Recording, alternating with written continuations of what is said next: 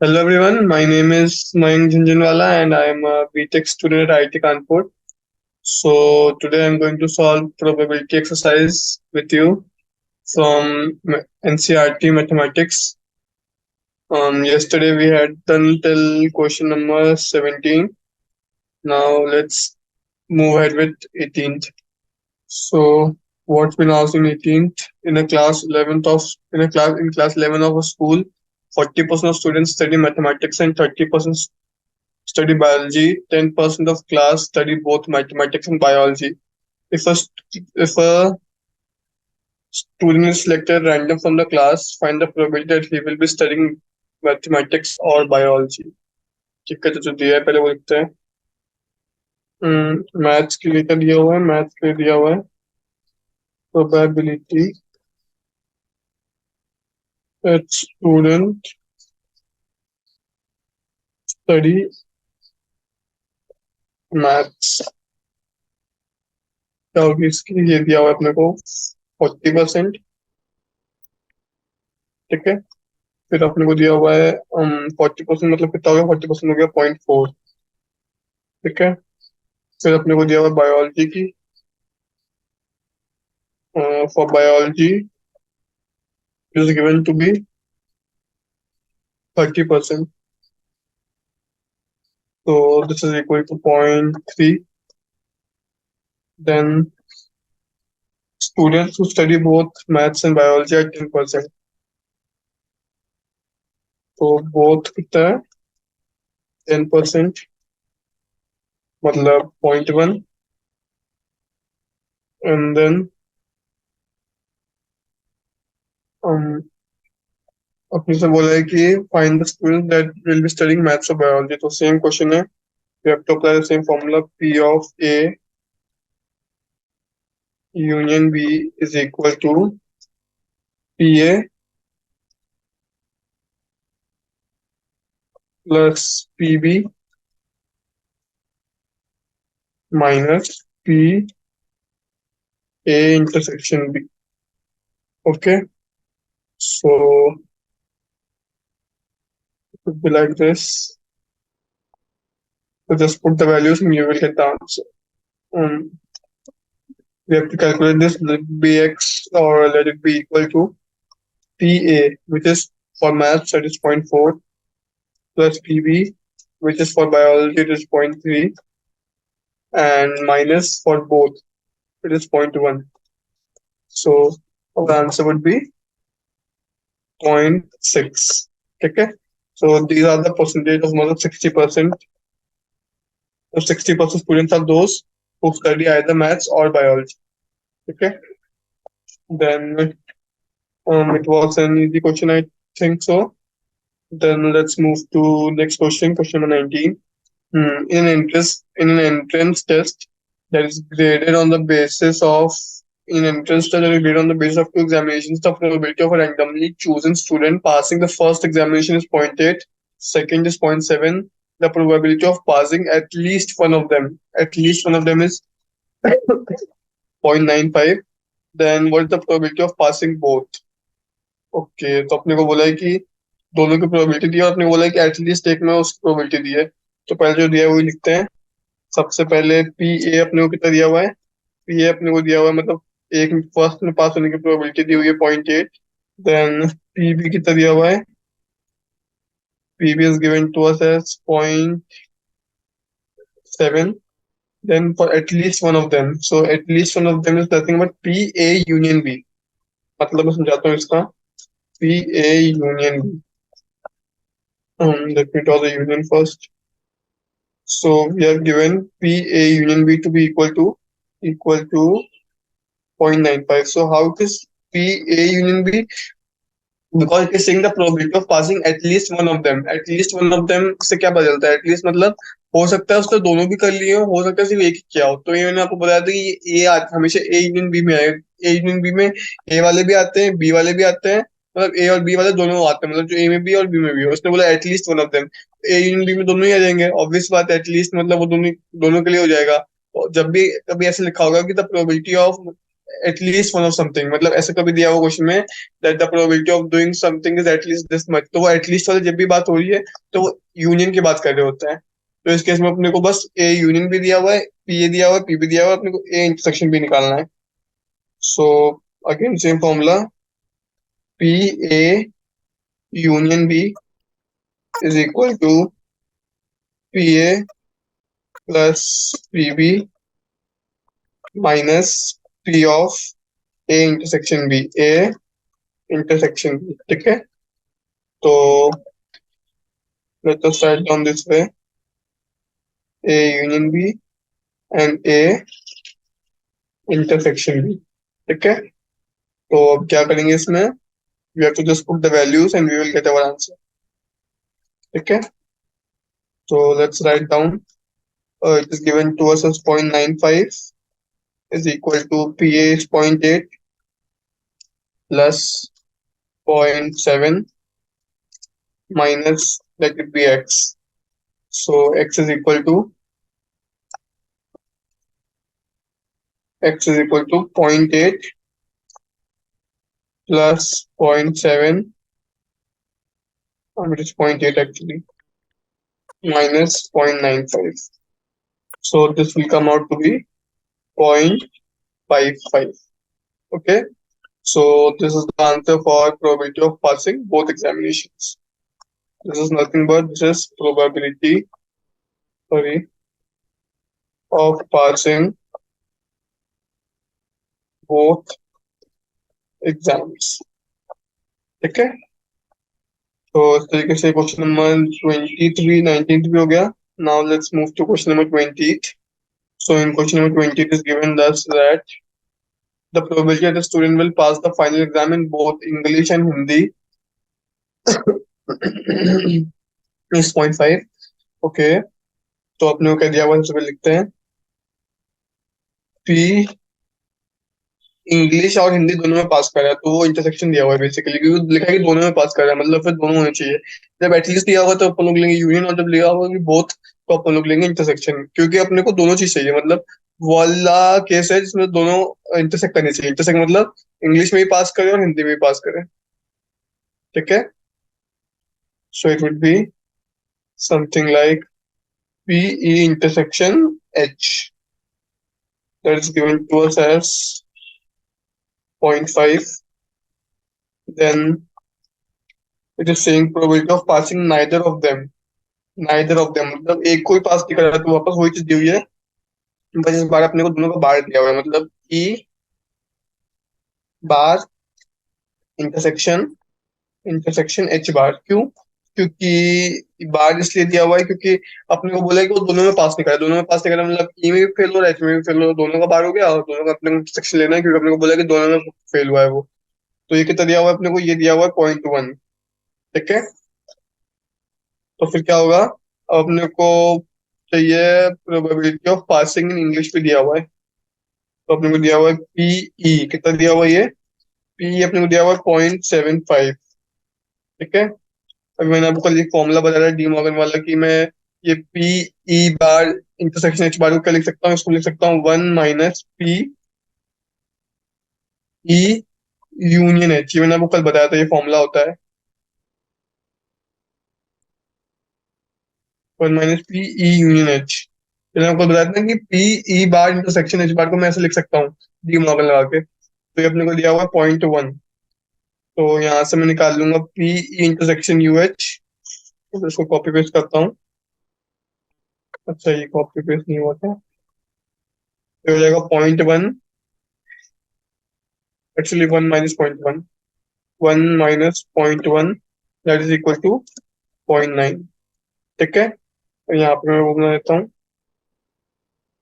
तो यहाँ से अपने को पीई यूनियन एच मिल गया, पीई इंटरसेक्शन एच दिया हुआ था, अपने पी निकाल लिया, अपने को बस अब एक चीज लगानी है formula, and we can easily get the value of pH। Okay, so let me write it down, PE union H, तो यूनियन में और लिखता हूँ, एक काम करता हूँ, यूनियन सेम एज और PE और H is equal to PE plus PH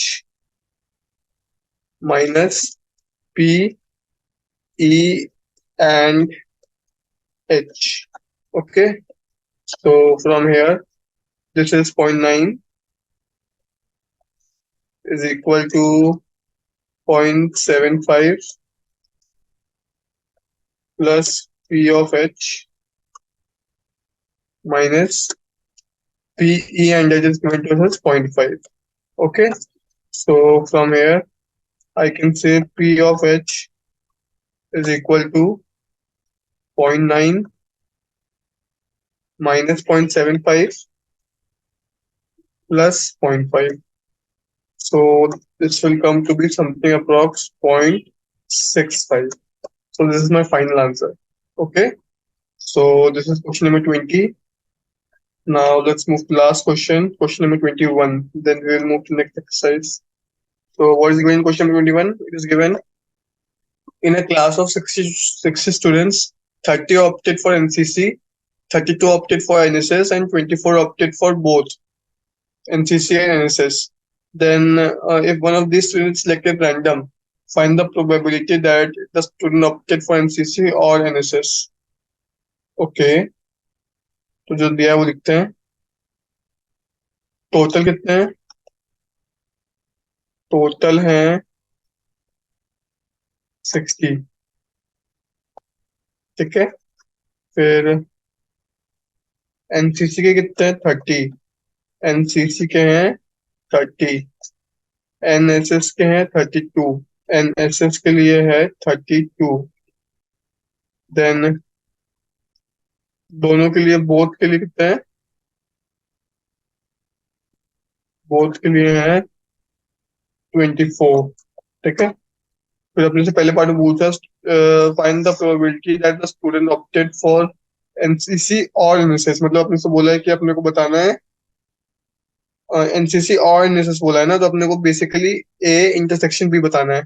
तो इट इज, इसके अपने को प्रोबेबिलिटी बतानी है ना, पी ए और बी, सॉरी पी ए और बी पूछा है ना मुझसे.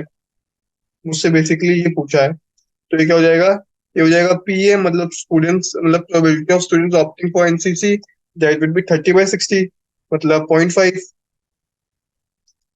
प्लस पीबी, वो कितना हो जाएगा? वो हो जाएगा 32/60. 32/60 कितना हो जाएगा? 32/60, चलो एक बार मैं क्या बोलता हूँ उसको वैसे लिखता हूँ. मतलब 30/60 प्लस 32/60 माइनस फॉर बोथ, मतलब वही एंड वाला, तो वो हो जाएगा 24/60. ठीक है, तो यहाँ से अपने को आंसर मिल जाएगा क्या? 30 plus 32 is 62, 62 minus 24 is 52, 42, 38, 38/60, 38/60, that is equal to 19/30.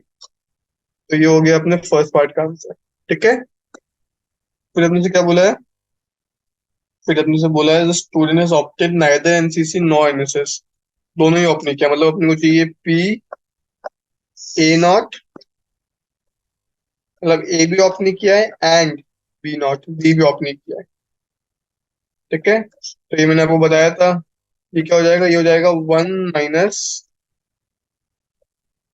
P of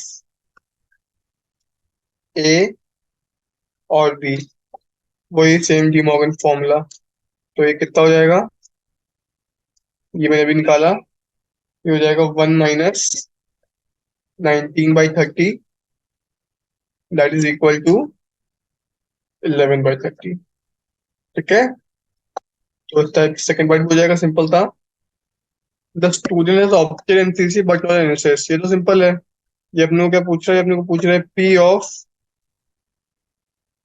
A minus B, मतलब एनसीसी के लिए ऑप्ट किया है लेकिन एनएसएस के लिए ऑप्ट नहीं किया. तो ये तो सिंपल है. P of A minus B अपने से पूछा है. तो इसको कैसे करेंगे?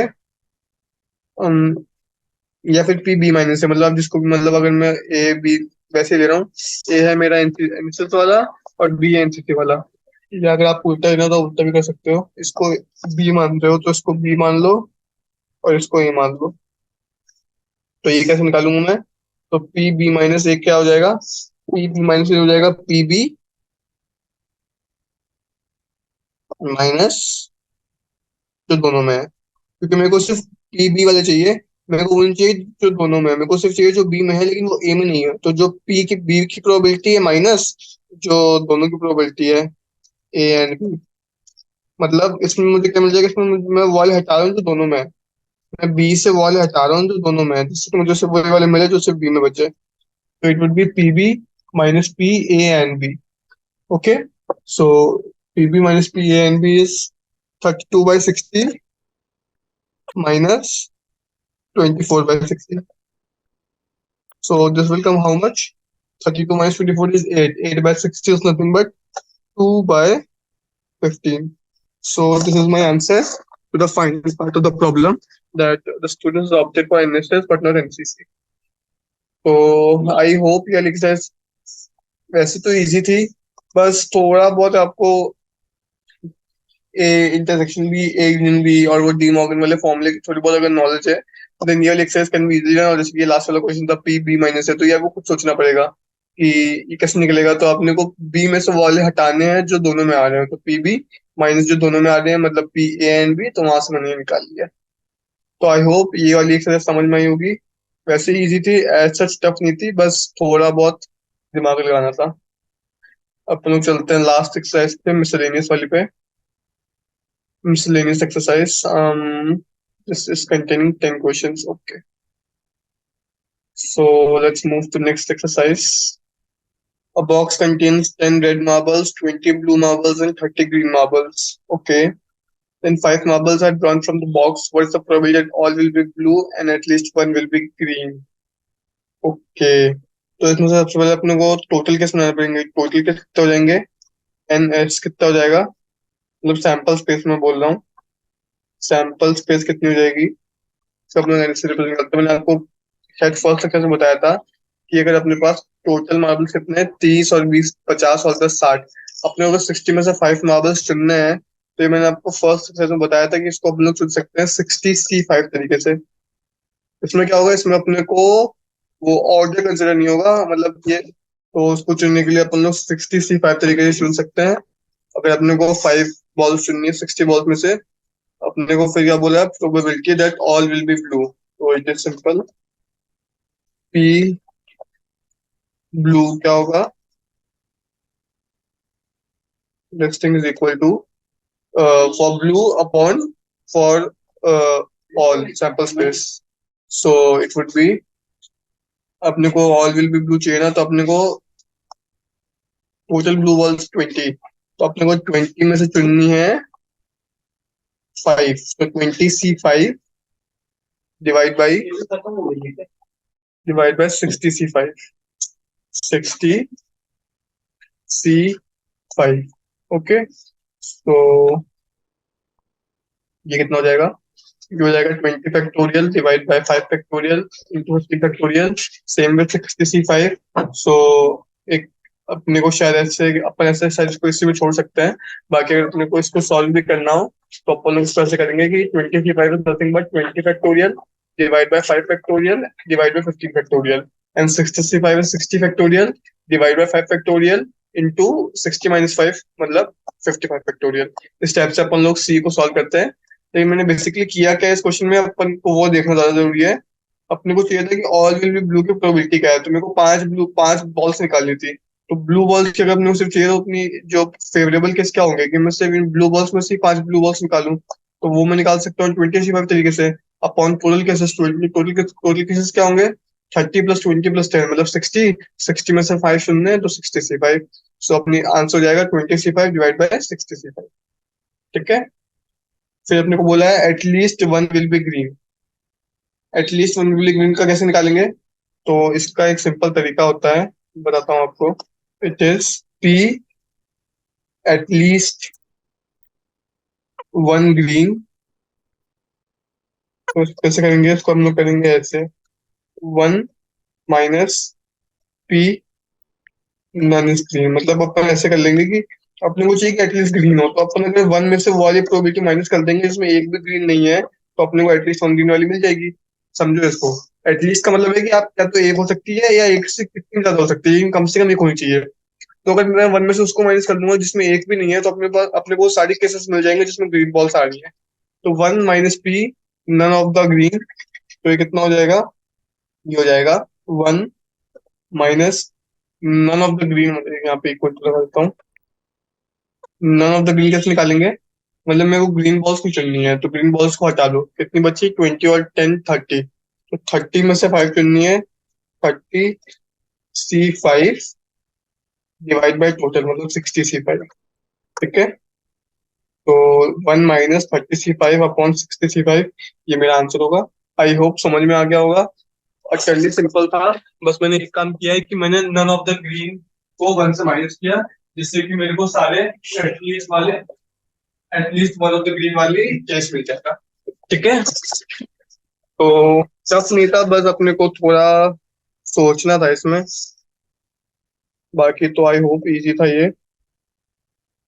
फिर आगे चलते हैं क्वेश्चन नंबर 2 पे। क्या बोला है इसमें? इसमें बोला है 4 cards are drawn from a well shuffled pack of 52 cards। तो पहले तो सैंपल स्पेस लिखते हैं। सैंपल स्पेस क्या होगी? अपने को 52 में से 4 पत्ते चुनने, कैसे चुन सकते हैं? अगेन वही 52C4 तरीके से। ठीक है। फिर मुझे बोला है what is the probability of obtaining 3 diamonds and 1 spade. तो टोटल डायमंड कितने होते हैं मैंने आपको उस दिन बताया था वैसे तो। टोटल डायमंड 13 होते हैं। टोटल डायमंड्स कितने होते हैं? 13। ठीक है। और एंड 1 स्पेड। और टोटल स्पेड्स कितने होते हैं? 4। टोटल स्पेड्स कितने होते हैं? 4। ठीक है। तो यहाँ डायमंड्स हो गए, स्पेड हो गए। अब अपने को बोला है कि what is the probability of obtaining 3 diamonds and 1 spade. तो 3 डायमंड्स निकालने की प्रोबेबिलिटी क्या होगी? फॉर डायमंड्स अपने को 13 में से 3 चुनने हैं, ये अपने फेवरेबल केस हो जाएंगे 13C3। और एस निकालने के लिए क्या होगी? एस निकालने के लिए हो जाएगा एस, अच्छा एस बोला है क्या? स्पेड बोला है क्या? तो मैंने एस समझ गया। स्पेड भी 13 होते हैं। सिमिलरली वैसे स्पेड के लिए भी इतना हो जाएगा। स्पेड के लिए भी 13C1, क्योंकि अपने को स्पेड एक ही निकालना है। तो अपने पास प्रोबेबिलिटी कितनी हो जाएगी? तो probability is equal to 13C3 for diamonds multiplied by 13C1 for spades divide by total, मतलब 52C4। ठीक है। मैंने मल्टीप्लाई क्यों किया? क्योंकि मेरे को दोनों चाहिए, मेरे को डायमंड भी चाहिए, स्पेड भी चाहिए। अगर मेरे को और बोला होता तो फिर मैं ऐड करता, लेकिन मेरे को बोला है 3 डायमंड्स एंड 1 स्पेड, क्योंकि एंड बोला तो मैंने मल्टीप्लाई किया है। ठीक है। अब इसको अपन लोग सॉल्व भी कर सकते हैं, जैसे मैंने ऊपर वाला करके बताया था आपको। चलो मैं लिख देता हूँ। It would B 13 factorial divide by 3 factorial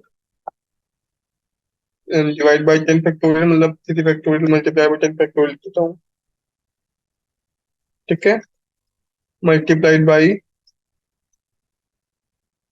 again 13 factorial divide by 1 factorial, तो 1 ही हुआ। 13 - 1 12 फैक्टोरियल। ठीक है। This whole thing divided by 52C4, मतलब 52 factorial divide by 4 factorial and 48 factorial. तो ये ऐसे हो जाएगा। This whole thing divided by, पूरे पे लगा दे ऐसे, 52 factorial divide by 4 factorial into 48 factorial. तो दूसरा टर्म कैसे आता है पता है ना? 52 - 4 करके। तब अपन इसको सॉल्व कर लेंगे खोल के, and we can easily get our answer. ठीक है। तो इस टाइप से अपन लोग इन क्वेश्चन को सॉल्व करेंगे। बाकी आगे चलते हैं क्वेश्चन नंबर 3 पे। इसमें क्या बोला है अपने को? इसमें बोला है अ डाई एक मिनट आ गया। A die has 2 faces, each with number 1, 3 faces each with number 2, and 1 face with number 3. If the die is rolled once, determine P2। मतलब दो आने की प्रोबेबिलिटी अपने को बतानी है। तो देखो नॉर्मल डाइस में तो क्या होता है, 1 2 3 4 5 6 होता है, लेकिन ये थोड़ा बायस्ड डाइस है। इसमें 3 2 के हैं, एक 1 का है और एक 3 का है। ठीक है। 2 1 के, 3 2 के और 1 3 का है। अपने को P2 की प्रोबेबिलिटी बतानी है, तो सिंपल है, P2 बताना है ना। तो P2 क्या हो जाएगा? P2 हो जाएगा N2/NS, मतलब 2 आने की प्रोबेबिलिटी डिवाइड बाय टोटल। 2 आने की प्रोबेबिलिटी कितनी है? दो कितनी फेस है? 3 फेस है, तो 2 आने की प्रोबेबिलिटी हो गई 3 डिवाइड बाय टोटल 6। तो ये कितना हो गया? ये तो हो गया हाफ। सिंपल, जैसे अपन लोग फर्स्ट वाले एक्सरसाइज में करे थे वैसे अपन ने किया। फिर अपने को क्या बोला है? फिर अपने को बोला है P1 और 3।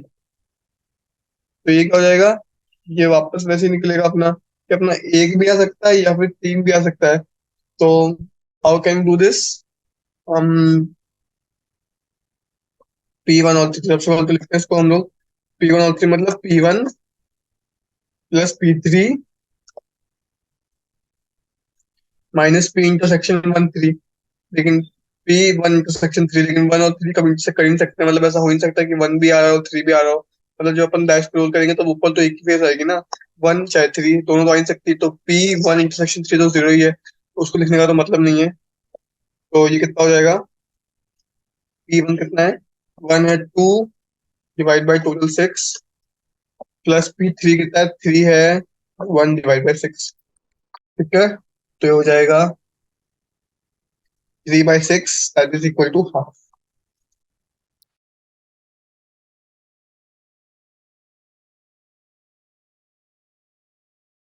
So, NS is 10,000 C1, NA is 9,990 C1. Now, for PA, how to calculate the probability of PA?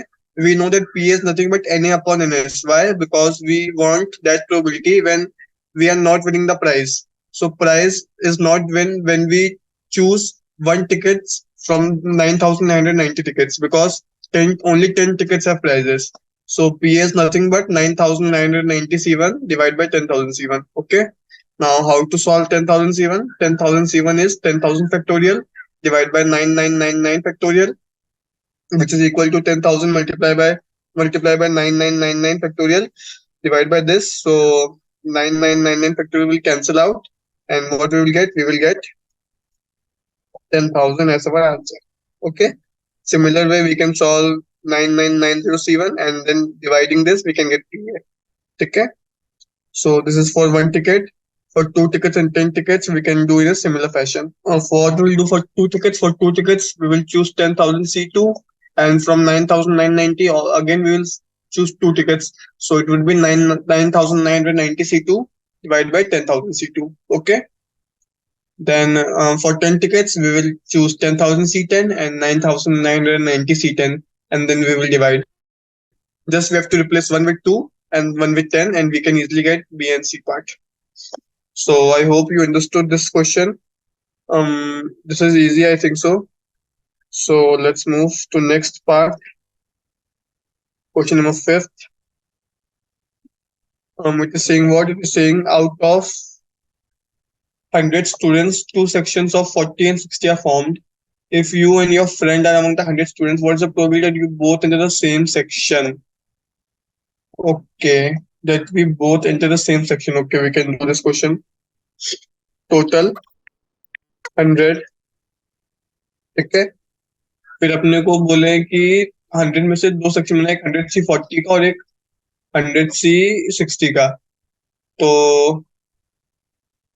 अपन इसमें क्या कर सकते हैं? अपने को चाहिए probability that both enter the same section. So इसमें दो केस बन सकते हैं, क्या तो दोनों सेक्शन ए में चले जाए या दोनों सेक्शन बी में चले जाए। जो इसका ए पार्ट है उसमें दो केस बनेंगे। क्या हो जाएगा? ये हो जाएगा probability that both enter section A plus same thing, ठीक है। So in this way we will do this question. So moving ahead, probability at both intersection A या फिर probability at both intersection B. So let me call it PA and let me call it PB. Okay. So what can we do? For both entering section A, I need मैं चाहता हूँ कि दोनों section A में आ जाए। दोनों अगर section A में आ जाएंगे तो कितने बचेंगे? 98 बच्चे बचेंगे। 98 में से 98 में से मेरे को 38 बच्चे चाहिए सेक्शन ए के लिए, क्योंकि दो तो आ ही गए हैं। डिवाइड बाय 100 सी 40, मतलब पूरे 100 में से कोई 40 आए, ये तो मेरी सैंपल स्पेस हो गई। लेकिन वो दोनों आ गए हैं, तो अब मैं चाहता हूँ कि सिर्फ 98 में से 38 ही आए। क्यों? क्योंकि दो को मैं ले आया हूँ, तो this is my P A. Similarly I can write P B how? Again 98, दो आ गए हैं। सी 58, क्यों? क्योंकि दो आ गए हैं, तो मेरे को 60 की जगह सिर्फ 58 बच्चे चाहिए। डिवाइड बाई 100 से 60। So this is the answer for my first part. I hope ये वाला समझ में आया होगा। थोड़ा सा ट्रिकी है। ट्रिकी इन द सेंस, इसमें क्या करना है अपने को? अपन ने उन दो बच्चों को फिक्स कर दिया है कि वो दोनों आइदर ए में आ गए हैं या फिर आइदर बी में आ गए हैं। तो ए में अगर आ गए हैं तो मेरे को बच्चे हुए कितने चाहिए? 38 बच्चे और चाहिए, टोटल 40 चाहिए ए में। तो मैं ए में चुन रहा हूँ 98 बच्चों में से, क्यों? क्योंकि दो तो आ चुके हैं। डिवाइड बाई टोटल 100 से 40। Similarly I am doing for B, and I am adding both because I need कि दोनों सेम में आए, फिर वो भले ही ए हो चाहे भले ही वो बी हो। ठीक है। फिर क्या बोल रहा है? Both enter the different section, तो ये तो सिंपल है। One minus this thing, both enter different section, ये बोला ना मुझे। Probability both enter section, both enter section, both enter in different section, हाँ तो ऐसे ही होगा। वन माइनस जो इसका आंसर आ रहा है, इसका आंसर जब अपन लोग सॉल्व करेंगे तभी आएगा 17/33। ठीक है। फिर बी वाले पार्ट का आंसर क्या हो जाएगा? बी में मुझे बोला है both enter different sections, both enter different sections. So this thing is equal to 1 minus 17 by 33, that is equal to 16 by 33। ठीक है। तो आई होप समझ में आया होगा। आगे चलते हैं क्वेश्चन नंबर 6 पे। क्या बोल रहे हैं क्वेश्चन नंबर 6 में? Three letters are dictated to three persons and an envelope is addressed to each of them. The letters are inserted into the envelopes at random so that each envelope contains exactly one letter. Find the probability that at least one letter is in its proper envelope। मतलब मुझे बोला गया है मेरे पास 6 envelope है, तो 6 envelope में मुझे 6 लेटर डालने हैं। अब मुझे प्रोबेबिलिटी बतानी है कि एटलीस्ट एक लेटर तो अपने सही एनवेलप में गया हो। तो वापस इसको मैं कैसे करूंगा? इसको मैं वैसे करूंगा जैसे कि मान लो 3 पर्सन से और 3 एनवेलप है, तो 6 नहीं है, 3 ही है। मैं 6 से पढ़ रहा था। तो मान लो मेरे एनवेलप्स हैं A B C. A B C मेरे एनवेलप्स हैं, और स्मॉल है, स्मॉल बी स्मॉल सी मेरे लेटर्स हैं। तो मेरे को बताना है कि at least one letter in proper envelope. तो मैं क्या क्या कर सकता हूँ? इसको तो मैं बना सकता हूँ ना आराम से। मान लो कैपिटल स्मॉल है सही गया, और कैपिटल बी स्मॉल भी सही गया, कैपिटल सी स्मॉल सी। क्यों मेरे को बोला एटलीस्ट? तो एटलीस्ट का मतलब है कि कम से कम एक तो होना चाहिए, भले सारे हो जाए। तो एक कॉम्बिनेशन तो ये हो सकता है, एक हो सकता है ये वाला, जिसमें एक सही गया हो लेकिन बाकी दोनों सही नहीं गए हो। सिमिलर थिंग मैं कर सकता हूँ, सिमिलर थिंग मैं कर सकता हूँ कि मेरा बी सही गया हो, ए और सी सही नहीं गया हो, और फिर सी सही गया हो, बी और ए सही नहीं गया हो। ऐसे करके मैं केस बना सकता हूँ। ठीक है। और कुछ कर सकता हूँ मैं? हाँ, बस ये 4 केस ही हो सकते हैं जिसमें ये तीनों सही में गए हो, एक सही में गया हो, ये वाला सही में गया हो, ये वाला सही में गया हो। तो मेरी प्रोबेबिलिटी क्या हो जाएगी? मेरी प्रोबेबिलिटी हो जाएगी favourable case 4 divide by total number of case. Total case कितने होंगे? 4 तो ये वाले हो गए, बाकी कौन से बचे? एक वाला आएगा इसमें तीनों डिफरेंट में जाए, मतलब तीनों डिफरेंट वाले कैसे होंगे? वो जाएगा ए B, B C, C A, या फिर A B, B, A B B A तो नहीं हो सकता। और भी हो सकता है क्या? ए सी, हाँ ए सी, बी ए, सी बी, एक ये क्या हो सकता है? ऐसे दो केस होंगे जिसमें मेरे तीनों लेटर डिफरेंट में जा रहे होंगे। तो फेवरेबल हो गए 4 डिवाइड बाई टोटल हो गए 6। तो मेरा आंसर कितना हो गया? मेरा आंसर हो गया 2/3। तो बहुत सिंपल क्वेश्चन था इसमें, तो अपन लोग को क्योंकि 3 लेक्चर दिए हुए थे तो अपन लोग आराम से बना बना के चेक कर सकते थे इस वाले क्वेश्चन में। ठीक है, तो आई होप ये वाला समझ में आया होगा। आगे चलते हैं क्वेश्चन नंबर 7 में। 7 में क्या बोला है, ए एंड बी। अच्छा, ये तो वही वाला क्वेश्चन है, ये वाला मैंने सॉल्व करा क्योंकि ये वाला मैंने कल बहुत बार किया है। पी ए दिया हुआ है, पी दिया हुआ है, पी ए इंटरसेक्शन भी दिया हुआ है। यहाँ से अपन लोग पी ए यूनियन बी निकालेंगे फॉर्मूला लगा के। ये भी निकाल लेंगे 1 - पी ए यूनियन बी से डी मॉर्गन लगा के। फिर P A intersection B bar, मतलब जो ए में है लेकिन बी में नहीं है, ये वही बात हो गई। P of A minus P A union B, मतलब जो ए में है लेकिन P of A minus P A intersection B, वो ए में होगा लेकिन बी में नहीं होगा। तो थर्ड वाला पार्ट कैसे होगा, it would be P A minus P A intersection B. ठीक है, फोर्थ वाला P B minus P A intersection B. मतलब समझ रहे हो ना, थर्ड और फोर्थ में क्या बोला, थर्ड और फोर्थ में बोल रहे हैं कि एक में हो लेकिन दूसरे में ना हो, तो एक में से माइनस कर देंगे दोनों का इंटरसेक्शन, तो अपने को मिल जाएगा। तो 7 क्वेश्चन सेम क्वेश्चन है जो मैं कल कर चुका हूँ, तो मैं नहीं कर रहा। अब 8th वाला करते हैं। 8th वाले में क्या बोला है, 8th वाले में बोला है from the employees of a company, um, from the employees of a company, 5 persons are selected to represent them in the managing committee of a company. Okay. Particulars of 5 persons are as follows. A person is selected at random from this group to act as a spokesperson. What is the probability this spokesperson will be either male of over 30 years, male और over 35 years? मतलब मेरे को दो चीज दी हुई है, क्या तो वो 35 years से ज्यादा हो या फिर वो मेल हो, उसकी प्रोबेबिलिटी क्या है मुझे ये बताना है। तो सिंपल है ये भी। कैसे करेंगे इसको, देखो इसको कैसे करेंगे। टोटल पर्सन तो 5 है, तो स्पोक्स पर्सन चुनने के लिए टोटल केस कितने हो जाएंगे, 5। तो अपना एनएस तो हो गया 5। फिर मुझे बोला है कि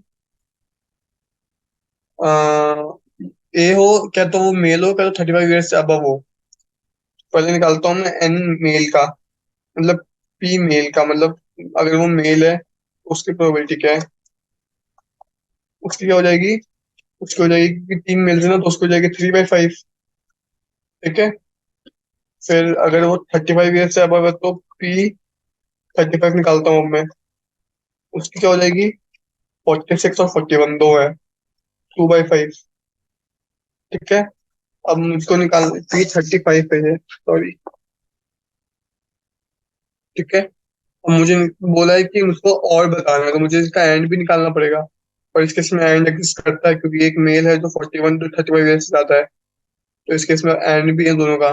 तो एम एंड 35, मतलब जो मेल भी है और 35 years से बड़ा भी है, वैसा भी कोई केस है क्या, ऐसा एक केस है ये वाला, उसका क्या हो जाएगा 1/6। तो बस अब अपना आंसर आ गया।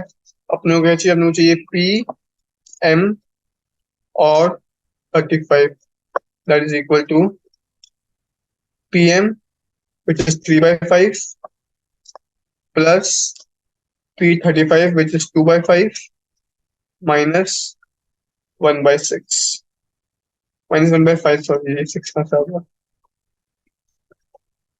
ठीक है, तो इसको जब हम लोग सॉल्व करेंगे तब मेरे पास फाइनल आंसर आ जाए, कितना आ जाएगा, 4/5 इसमें फाइनल आंसर।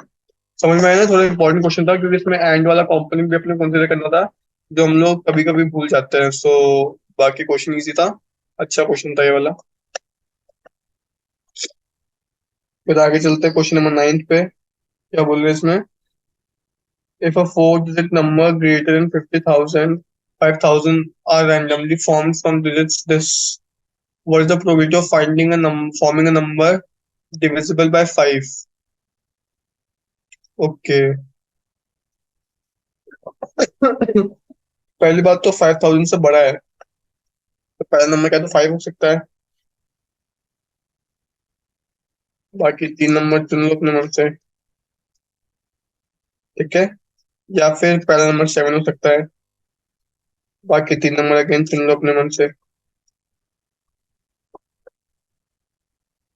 ठीक है, फिर मुझे बोला है कि पहले वाले केस में दे देता रिपीटेड, मतलब repetition is allowed and it is divisible by 5। Divisible by 5 तो दो ही केस में हो सकता है, अब क्या तो आखिरी में 5 आए या फिर आखिरी में 0 आए। है ना? दो ही केस पॉसिबल है। तो पहले तो देखो यहाँ पे टोटल केस कितने होंगे। टोटल केस होंगे कि पहले पहले पे 5 हो, बाकी तीनों पे कुछ भी हो जाए। ये हो जाएगा ना। ये नंबर कितने अपनी सैंपल स्पेस क्या, सैंपल स्पेस सारे नंबर है जो 50,000 से जो 5,000 से बने हैं। और जो अपने को चाहिए वो वाले नंबर है जो 5 से डिविजिबल भी है और 5,000 से बड़े हैं। तो सैंपल स्पेस कितनी हो जाएगी? सारे नंबर जो 5,000 से बड़े हैं। तो इस जगह को मैं कितने तरीके से भर सकता हूँ? इस जगह को मैं भर सकता हूँ एक दो तीन चार पांच तरीके से। इसको भी पांच तरीके से, इसको भी पांच तरीके से। तो यहाँ से कितने आएगा टोटल? 5 × 5 × 5। ठीक है। तो ये हो गए 125 वेज, तो यहाँ से हो गए। सिमिलर वे में यहाँ पे भी वैसे ही होगा। तो 125 वेज यहाँ से हो गए। तो एन एच कितना हो गया? एन एच कितना हो गया? एन एच हो गया 125 प्लस 125 मतलब 250। ठीक है। ये तो हो गया अपने टोटल नंबर ऑफ केसेस, क्योंकि यहाँ पे मैं चल सकता हूँ पांच तरीके से, यहाँ पे भी पांच, यहाँ पे भी पांच, क्यों? क्योंकि रेपिटेशन अलाउड है। उसके बाद अब अपने को चाहिए कि जो अपने को फेवरेबल केस है वो निकालना है। फेवरेबल केस दो ही हो सकते हैं, क्या तो यहाँ पे 5 हो, क्या तो यहाँ पे 0। सेम इधर भी। तो उस केस में क्या होगा? फेवरेबल में 5 वाले केस में हो जाएगा 5 × 5 इंटू लास्ट प्लेस पे से 5 और 0 आ सकता है, तो सिर्फ दो। तो हो जाएगा 25 × 2 50। Same same for 7। Same for 7। तो फिर उसके लिए भी 50 और हो जाएंगे। तो 50 और 50 100। ठीक है। तो इसका आंसर कितना हो गया? प्रोबेबिलिटी कितनी हो गई? प्रोबेबिलिटी हो गई 100 डिवाइड बाय 250। सिंपल। बट एक मिनट, लेकिन इसमें एक केस ऐसा भी होगा जिसमें अपन लोग 5,000 ले लेंगे। अपने को चाहिए नंबर्स ग्रेटर देन 5,000, तो मेरे को वाला एक हटाना पड़ेगा। एन एस एक्चुअली 250 249 है। ठीक है। तो फिर अब कितना हो जाएगा? अब हो जाएगा 50। हम एक्चुअली हो जाएंगे 100। ये एक्चुअली 100 भी नहीं होंगे, क्योंकि इसमें भी एक केस ऐसा आ जाएगा जिसमें मैं 5,000 ले लूंगा, क्योंकि आखिर में अपन 0 ले रहे हैं। मैंने यहाँ पे भी दोनों में 0 ले लिया तो गड़बड़ हो जाएगी। तो वो वाला हटाना पड़ेगा मुझे, तो इसमें भी 100 - 1 करके 99 करना पड़ेगा इसको। तो मेरी प्रोबेबिलिटी एक्चुअली हो जाएगी 99 डिवाइड बाय 249। ठीक है। तो आई होप समझ में आया होगा, ये फर्स्ट पार्ट था। सेकेंड पार्ट में बोला है कि repetition is not allowed. Repetition is not allowed तो क्या हो जाएगा? बस ये 5 × 5 × 5 की जगह हो जाएगा 5 × 4 × 3। यहाँ पे भी हो जाएगा 5 × 4 × 3। माइनस में अपने को करना नहीं पड़ेगा, क्योंकि 5,000 आ नहीं सकता, क्योंकि रेपिटेशन तो है ही नहीं, तो 0 0 रिपीट कर ही नहीं सकते। तो यहाँ पे हो जाएगा 5 × 4 × 3। मतलब कितने हो जाएंगे? एनएस क्या हो जाएगा? एनएस हो जाएगा 5 × 4 20, 20 × 60, तो 60 + 60। एनएस हो जाएगा 120। और एन ए मतलब जो अपने को चाहिए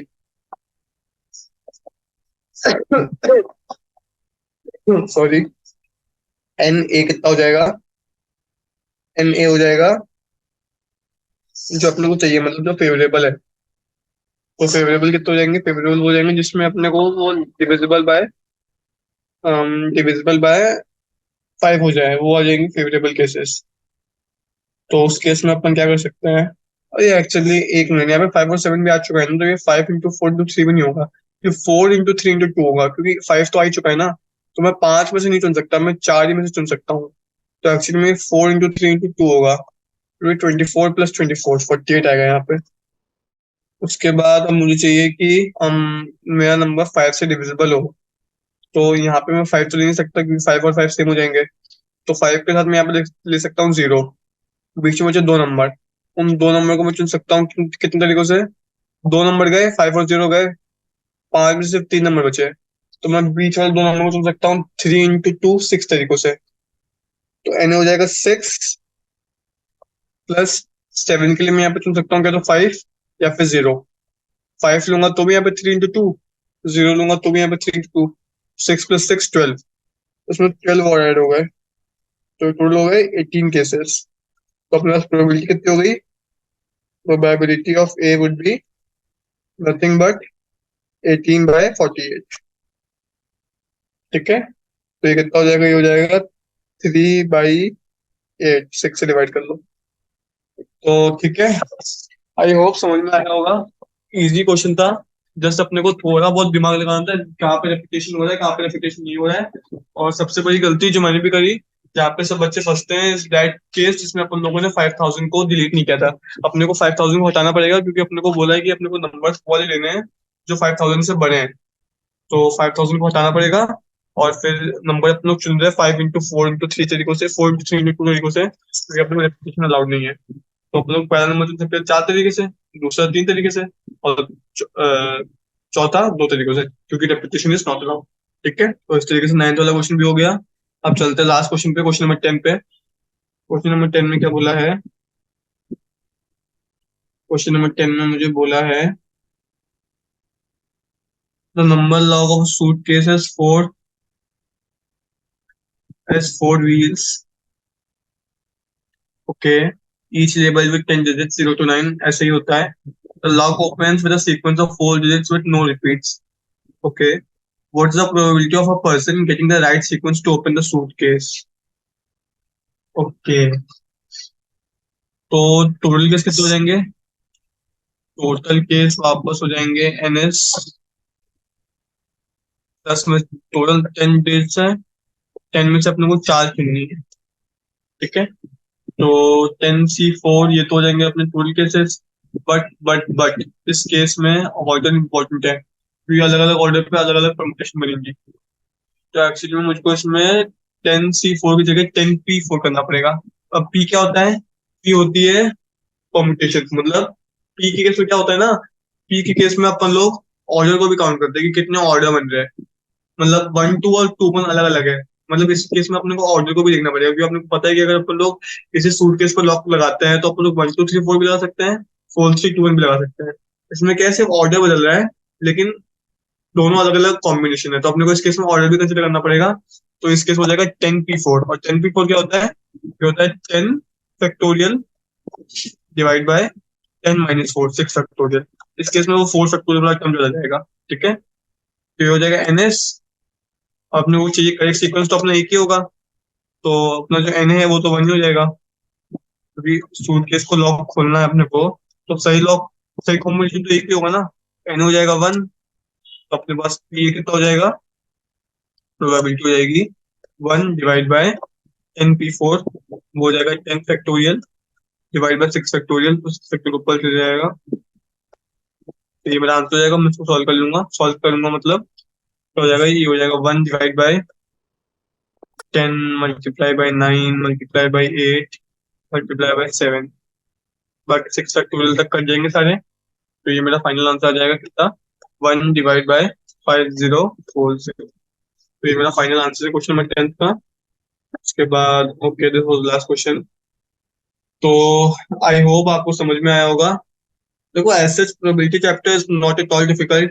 This is one of the most easiest chapters out there in mathematics. तो अगर अपन इस पर अच्छी होल्ड बना लेते हैं तो अपने को एग्जाम में आसानी होगी, क्योंकि मैथमेटिक्स एक्चुअली थोड़ी टफ होती है, but probability is easy, easy part of the mathematics. बाकी अपने को सिर्फ थोड़ा बहुत पता होना चाहिए प्रोबेबिलिटी के बारे में, कॉन्सेप्ट्स क्या होते हैं इसके, प्रोबेबिलिटी कैसे निकालते हैं, सैंपल स्पेस वगैरह क्या होता है, और ये जो मैं बताया आपको डी मॉर्गन्स और NA NB PA intersection B P A union B क्या होता है। तो अगर अपने को इतना पता है तो we can easily do this. तो यहाँ पे अभी ये चैप्टर एंड होता है। तो I hope you understood it. Thank you.